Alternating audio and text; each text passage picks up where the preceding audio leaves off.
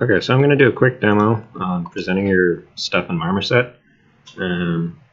Just a really short and sweet one about how to set up your lighting scenarios and make your presentations look real nice. I'm going to go back to that crate I made a little while back. So first things first, like you're opening Marmoset, blank scene, nothing in it. Yeah, just drag in your mesh. You go to your material. Default material is usually good based on what you've exported. So make sure that's applied. Yeah, so in general, you should have a normal map, a roughness map, a color map, and a metalness map. So I'm going to set those up properly. Right now mine's set up for Unity, so don't worry about that. But I'm using metalness and roughness on the same map. So I put in my color map, my normal map, and for both of these I'm going to use the same map because on my setup, my metalness map is in the red channel, and my roughness is in the alpha channel. That won't be the case for you guys. You'll probably have you'll have a separate roughness and metalness map. So once that's like that, you'll see that it doesn't look great because it's just using the default lighting, not a lot of information there. The first thing, I like to start with a shadow catcher. That's just an invisible plane that catches shadows from whatever lights you add. And up here we have a new light button. That'll place a light wherever the camera is looking. So generally, for a good setup, you want to start with the sunlight, which will come in from a nice 45-degree angle, and that will cast a nice shadow. And that's just a well-lit thing. You can play with how the light's arranged. I like to center my pivot by selecting the light and clicking on the new folder button, which will put it in a folder. The folder will always have a center point of 0, 0, so I can rotate it around and play with what angle I want to present at. Generally speaking, it's nice to have your sun casting at a perpendicular angle to whatever angle you're looking at the camera, at the object with the camera. So if I'm looking, and generally have your camera, when you're taking final renders, camera at like a 45-degree angle is generally nice because you'll get the most information. You'll see a bit of the side, a bit of the front, a bit of the top, and then your sunlight at a perpendicular angle to that.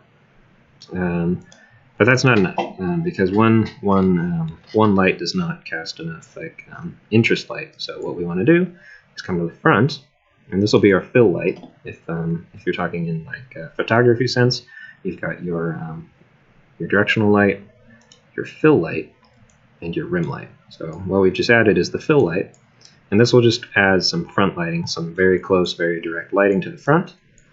And what we're going to do now is turn off the shadow on this one because we want this main strong shadow, and we don't want any interference from the other lights. Now, Marmoset defaults light strength to 2. For the fill light, we'll take it down to 1, and we'll leave the directional light at full 2 strength because we want that to be casting those shadow information, and we just want this one to be highlighting the details.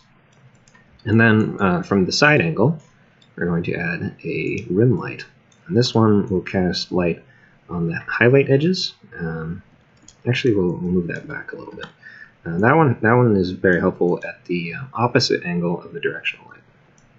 So at a flat angle, opposite the directional light, we'll add the rim light. And this will catch the edges that are in shadow from the other side. And again, we're going to turn off the shadow on this one. And once we start to change the colors, we'll start to see what this is doing. Under sky, now Marmoset, what it does is if you turn off the ambient sky and change it to sky, you'll see that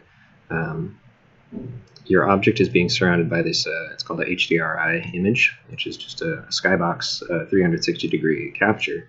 And this is how Marmoset does reflections, where it's like it projects this image into anything reflective in your object, and that's where it gets its color information. That's why my Marmoset renders tend to look so realistic compared to other renderers, is that it's picking up color information from these realistic lighting scenarios. But they also make for a very noisy background. So for presentation's sake, I'm going to change to color mode on this flat gray background. And then I'm going to choose the lighting scenario that I think best suits my object.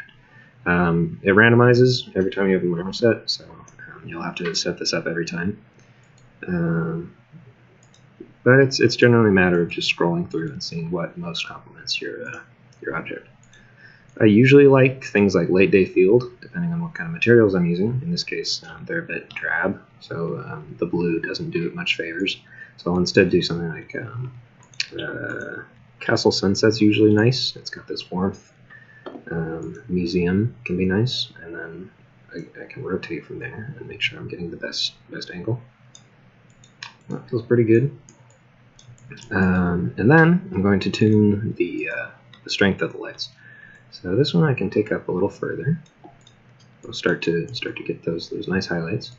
With the rim light, I like to change it to blue or something a little off warmth.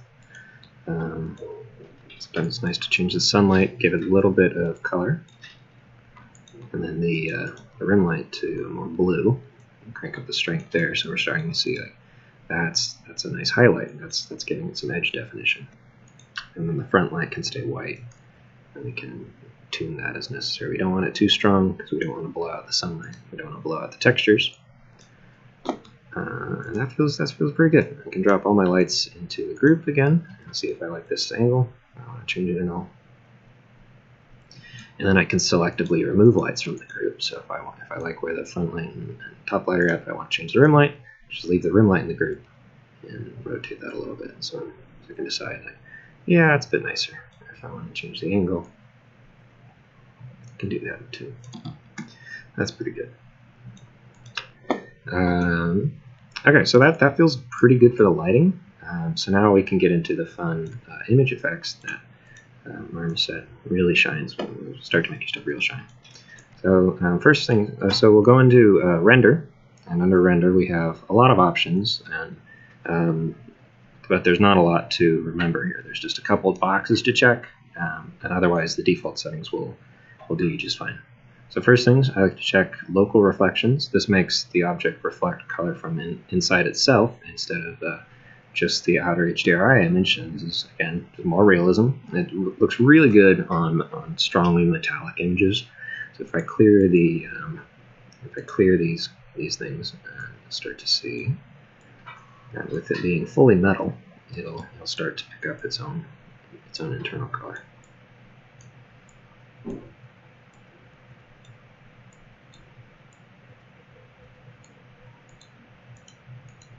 Yeah, so it's reflecting itself and capturing more information there. So that's the first one. Set this back to white. Turn these back on. Okay. And then we want to turn on internal refraction. This is it's more useful when you have transparencies and other things, but it just improves the quality of the internal reflections. Shadow resolution can be turned up to ludicrous if you need be, but high is usually fine. And then global illumination is important because what that does is normally when light hits an object in a game engine, it only hits the object. In real life, light is constantly bouncing because light emitters, lights are giving off energy particles that strike an object and bounce around. So what you're seeing of an object is light particles bouncing off of it and reflecting into your eyes at whatever wavelength is coming off the object, and that's how color works. Another nonsense, but what global illumination does is it simulates that, and it allows the light to read from the light source, bounce, well, in this case, 2 times, so secondary bounces, bounce once, bounce twice, and enter the camera and be received by the camera. So what you're getting is then a light particle will bounce off the green into the gold, into more gold, and then into the camera. So you'll get this. It's less apparent right here, but on other things, it can be very dramatic. So like in here, what it's doing is it's bouncing off this flat gold, catching this darker gold, and then bouncing into the camera, and acting more like something really would in real life. And then the last step is just to turn on ambient occlusion, and that will boost the strength of contact shadows, where objects meet. And again, like real life, light, when it strikes a deep corner, it will not bounce properly. It will you'll get contact shadows. So when objects aren't really casting shadows, they're just close to each other, what you get is ambient occlusion because you get these crevices that light can't properly reach. So from there, that's all the settings you need. What you can do, because at this point your computer will be running very poorly. My frame rate has already dropped pretty significantly. The Marmoset has this nice little rocket ship feature, and this is for speedy viewport mode. Turn this on, it'll save your settings, but it'll turn off the preview version, so you can get back to a good frame rate, and you can go back to like tweaking things and working at a normal performance. So just turn that off to see what it looks like, turn it on to boost your frame rate back up. And then for renders, under capture, you can go to settings and choose your resolution. 1920 by 1080 is usually fine. I don't see why you'd have to go any higher than that, but there's lots of options in different aspect ratios that you can choose from, or you can type in your own, but that's fine to leave it at that. Sampling, I like to turn it up to 25, just a couple more light samples, a couple more shadow samples. It'll improve the quality. Transparency, so if you turn on transparency, anything that's gray background will be rendered as transparent, so that's useful if you want to capture an individual object and layer it on top of something else, but for this purposes, I'll leave transparency off because I want this gray background in the render. You can capture video, but we're not doing that, so I'm not going to go over that. Just hit OK, and then the hotkey is F11. And it'll kick out a file, usually to your pictures folder. In my case, I have a special folder set up specifically for Marmoset renders because I do this a lot. So I'll let that do its thing. Yeah. And then say, where's that output?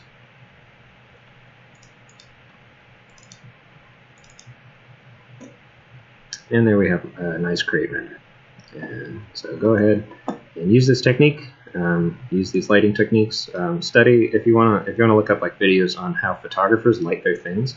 That's generally the best reference for lighting in 3D too, because it's the same principles, same ideas. Sort of like just like 3-point light system. You get a lot of ambient occlusion and global illumination, and your stuff will look very good, provided you have set up your reflections and your roughness properly. You're gonna have a good time.